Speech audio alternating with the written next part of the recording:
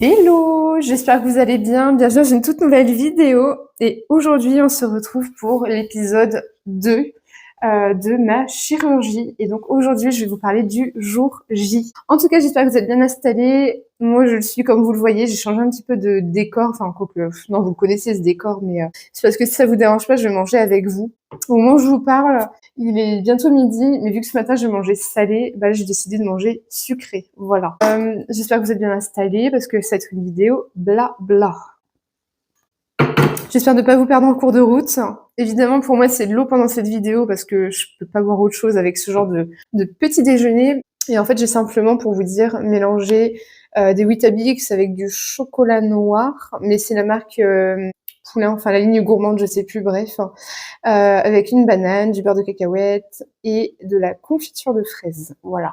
Bon, bah je déclare officiellement cette vidéo débutée. Alors, donc là, je vais vous parler du jour J. Donc, je vous ai un petit peu expliqué les rendez-vous la fois dernière dans les dernières vidéos, si vous l'avez vu. Et donc là, aujourd'hui, je vais vous parler donc du jour J. Donc, j'ai été convoquée à 11h à l'hôpital. Donc, c'était dans la région de Lyon, enfin pas très loin, on va dire. Et bah, c'est ma belle-mère qui m'a accompagnée pour le coup, parce que mon conjoint n'a pas pu se libérer par son travail. Et évidemment, j'étais à jeun depuis la veille, depuis 19h. Et le matin, j'aurais pu boire de l'eau avant d'y aller, mais je préférais vraiment être totalement à jeun pour pas prendre de risques. J'ai été accueillie par une infirmière qui m'a dit donc de me mettre dans la super tenue blouse d'hôpital que tout le monde connaît. Pas très glamour. Et bah, vous voyez ma tête à l'écran, ma tête d'avant opération. Et évidemment que ça a changé après. Dans ce cas, je me suis mise en tenue et franchement, je dois dire que l'équipe soignante a été vraiment top. Franchement, ils ont tous été hyper gentils. Je pense que j'ai attendu plus d'1 heure en chambre avant de partir. Donc, quand j'ai été prise en charge, on va dire, ce sont 2 infirmières qui sont venues pour me poser des questions, etc. Ensuite, elles m'ont emmenée en salle d'attente avant d'aller au bloc opératoire. Et là, pour me détendre, parce que j'étais quand même pas mal stressée, pour me détendre, il y avait des dessins, mais je pense que c'est pour les enfants et c'est vraiment bien pensé. Je me concentrais, j'essayais de faire des exercices de respiration, etc. Et le hasard a fait que j'ai croisé aussi je sais pas si c'était un brancardier ou quelqu'un qui travaillait au bloc.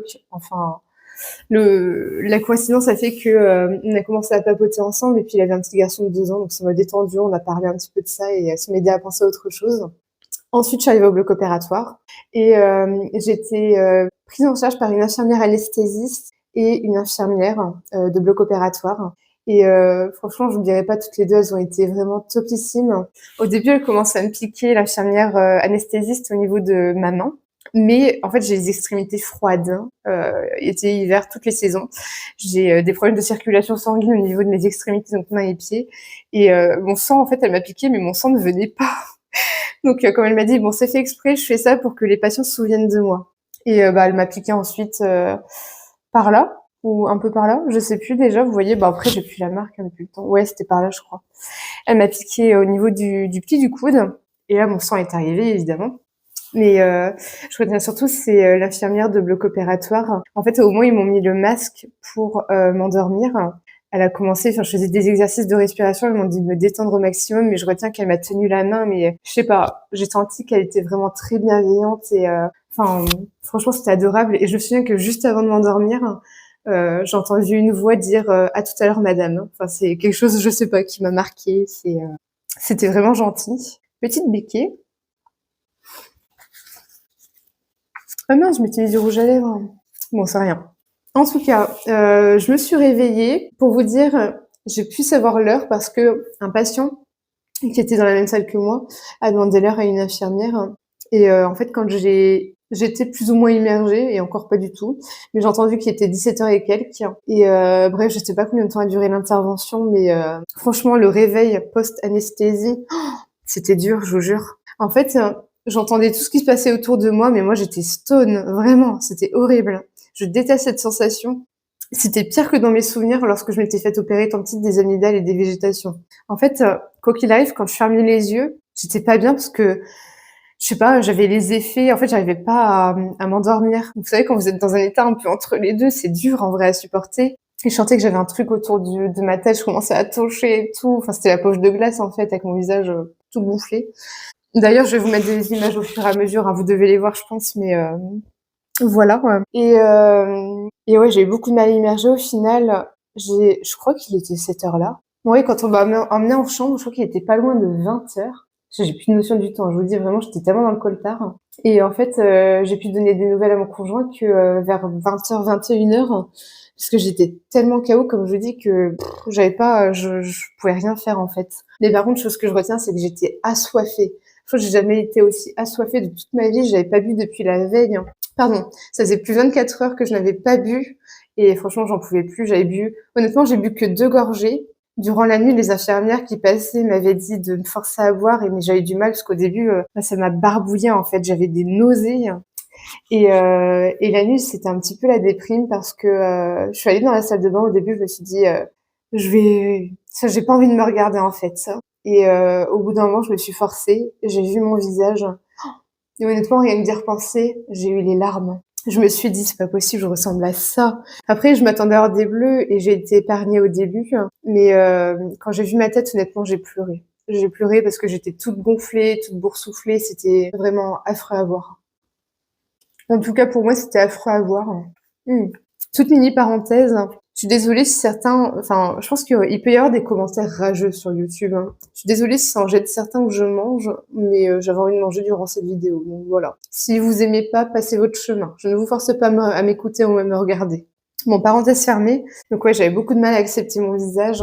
Et en tout cas, je suis repartie le lendemain. Avant, j'ai vu le médecin. J'ai passé une radio et j'ai vu le médecin qui a été très optimiste. Et j'étais très fatiguée, mais je me trouvais plutôt en forme comparé à une nana que j'avais vue, qui était en salle d'attente pour le voir lui aussi. Et ouais, je suis repartie. Il était 14h quand mes beaux-parents sont venus me chercher. Et puis au final, les jours ont suivi. Et j'ai pris des photos. Je sais pas si vous l'aviez vu. J'avais mis en story et en short sur euh, sur Instagram. J'avais mis en story et j'avais mis en short sur YouTube, pardon. J'ai montré chaque jour en fait mon évolution pendant 2 semaines environ de mon visage et je massais régulièrement mon visage. Mais au début, c'était délicat. Enfin, j'avais des fils qui m'ont été retirés une semaine plus tard. J'avais rendez-vous le 26 avril en fait pour retirer les fils. Et ouais, j'avais beaucoup de mal quand même à me regarder. J'avais des massages à faire. J'avais le brossage de dents à faire après chaque repas. Les élastiques à porter tout le temps, sauf lors des repas comme là toujours. Alimentation froide, liquide les 3-4 premiers jours. Et c'était dur parce qu'honnêtement, j'ai eu des compléments alimentaires protéinés, hyper protéinés même. Mais au bout d'un moment, c'était lassant, je vous jure, j'en pouvais plus. En fait, la nourriture, c'est un petit plaisir du quotidien. Mais là, c'était tout le temps la même chose, j'en pouvais plus, je vous jure. C'était la déprime, hein. Côté alimentaire. Et puis de me voir comme ça, c'était vraiment la déprime. C'était dur les premiers jours. Mais bon, après, au fil des jours, je voyais un petit peu l'évolution et j'avais des soins quotidiens à faire, bain de bouche, désinfecter. Pendant une semaine, je devais désinfecter les fils que j'avais. Donc, je vous mets des images de à quoi ça ressemblait au début. Mais j'avais des fils et tout à désinfecter avant le rendez-vous du 26 avril. Après, j'ai dû passer à une crème que je mets encore et je dois mettre pendant 2 mois.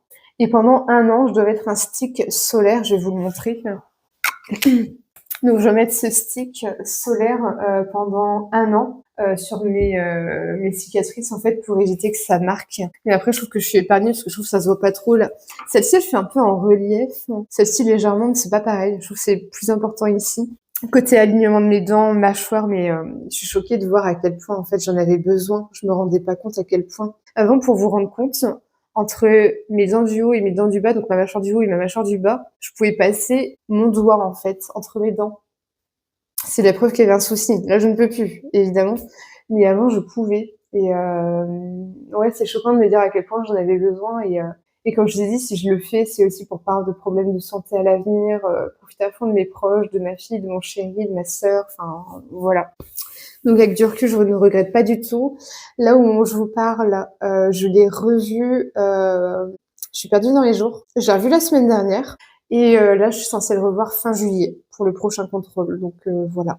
Et pour parler des dépassements d'honoraires, parce que je devais vous en parler aussi. Alors, les 2 implants, les 2 pièces métalliques qu'il m'a mis de chaque côté, 800 €. Prise en charge seulement 60 €. Comment vous dire que ça fait vraiment mal comme budget. Je pensais vraiment que ma mutuelle aurait pris plus, mais que nenni. Et après le dépassement d'honoraires, ils sont adorables, ils ont fait un geste. De base, ça devait être environ 1 500 € et ils ont réduit à, on va dire 1 000 € en arrondissant, voilà. Mais ma mutuelle prend 800 €, donc ça me restera, il me restera pardon 200 € à charge. Donc là, c'est en cours. J'ai fait plusieurs chèques parce que sinon ça fait beaucoup d'un coup. Je peux pas, j'ai pas les moyens en fait de tout payer d'un coup, mais j'aurais aimé pour être débarrassée. Mais mon chéri, encore une fois, m'a beaucoup aidé dans tout ça, franchement, financièrement, mentalement, enfin psychologiquement, quoi. Il m'a beaucoup aidé, rassuré, et je serai à jamais reconnaissante, vraiment. En tout cas, je suis contente que tout ça soit derrière moi. Au moment où je vous parle, j'ai vu l'orthodontiste. Je m'attendais à ce qu'il me dise une date de fin, de retrait de mon appareil dentaire, chose qu'il ne m'a pas dit. Mais je suis plus proche de la fin maintenant, donc je prends mon mal en patience, mais je suis impatiente. Et mais bon, je vois l'évolution et je sais que c'était important, donc voilà, je pense que je vais m'arrêter là. Si jamais vous avez des questions, n'hésitez pas à me les poser en commentaire, j'y répondrai avec plaisir. Si jamais vous hésitez à passer par la case chirurgie, mais que c'est pour des raisons de santé, franchement, ne réfléchissez pas trop. Réfléchissez pas trop, foncez quand même. Faites-le. Parce que je pense qu'au final, vous le regretterez pas. Au début, c'est dur. On se voit, on est changé. Et là, je sais que je suis encore un peu gonflée. J'ai encore de la kiné il m'a donné mon kiné des exercices. Je dois le voir régulièrement. Mais franchement, foncez. Enfin, c'est normal d'avoir peur. Je peux pas vous dire de ne pas avoir peur. Et j'avais dit que je vous donnerais des conseils. Mais c'était un peu, en fait, je peux pas vraiment donner de conseils. On est tous différents. Il y a des personnes qui dégonflent plus vite du visage, d'autres non. Tout ce que je peux vous conseiller, c'est la première semaine, voire les 2 premières semaines, mettez au maximum du froid. Dès que vous avez des douleurs, pour les œdèmes, franchement, moi, ça m'a aidé à beaucoup dégonfler, mais surtout la douleur. Quand vous mettez du froid, la douleur disparaît ou alors est vraiment réduite et ça change tout. Vraiment, ça change tout. Donc n'hésitez pas à mettre au maximum du froid si vous passez par là. Et si vous êtes passé par la case chirurgie, n'hésitez pas à me faire des retours. Je serais curieuse de savoir pour vous comment ça s'est passé. Donc là, tout ce qui me reste à faire jusqu'à la fin de mes soins d'orthodontie, je dois faire mes exercices de kiné pour récupérer de l'amplitude de ma mâchoire. Je dois continuer de mettre ma crème, le stick solaire aussi. D'ailleurs, super marque Bioderma, voilà. Et puis mettre les élastiques le plus souvent possible. Voilà. Bon, bah, je pense que j'ai fait le tour. Finalement, cette micro-série se résumera en 2 épisodes. Et je suis contente de vous en avoir parlé. C'est un sujet qui me tenait vraiment à cœur parce que c'est un sujet important. C'est pas d'ordre esthétique, c'est d'ordre santé, c'est d'ordre médical. Donc voilà. Bon, bah, j'espère vraiment que ces 2 petits épisodes vous auront plu. Moi, je vais continuer de manger. Et bah, n'hésitez pas à lâcher les likes, à vous abonner à ma chaîne. Et sachant que je reviens pour d'autres sujets de ma vie quotidienne, comme vous le savez maintenant, je vais partager beaucoup de choses en mode vlog, mais il y aura des petites vidéos qui reviendront, genre pour des gros crash tests, ou je sais pas, des haul action et nos qui reviendront, j'espère, d'ici le mois prochain, mais il n'y a pas de raison. Donc voilà, puis abonnez-vous aussi à mon compte Instagram, à TikTok, je suis sur les 3 réseaux, voilà.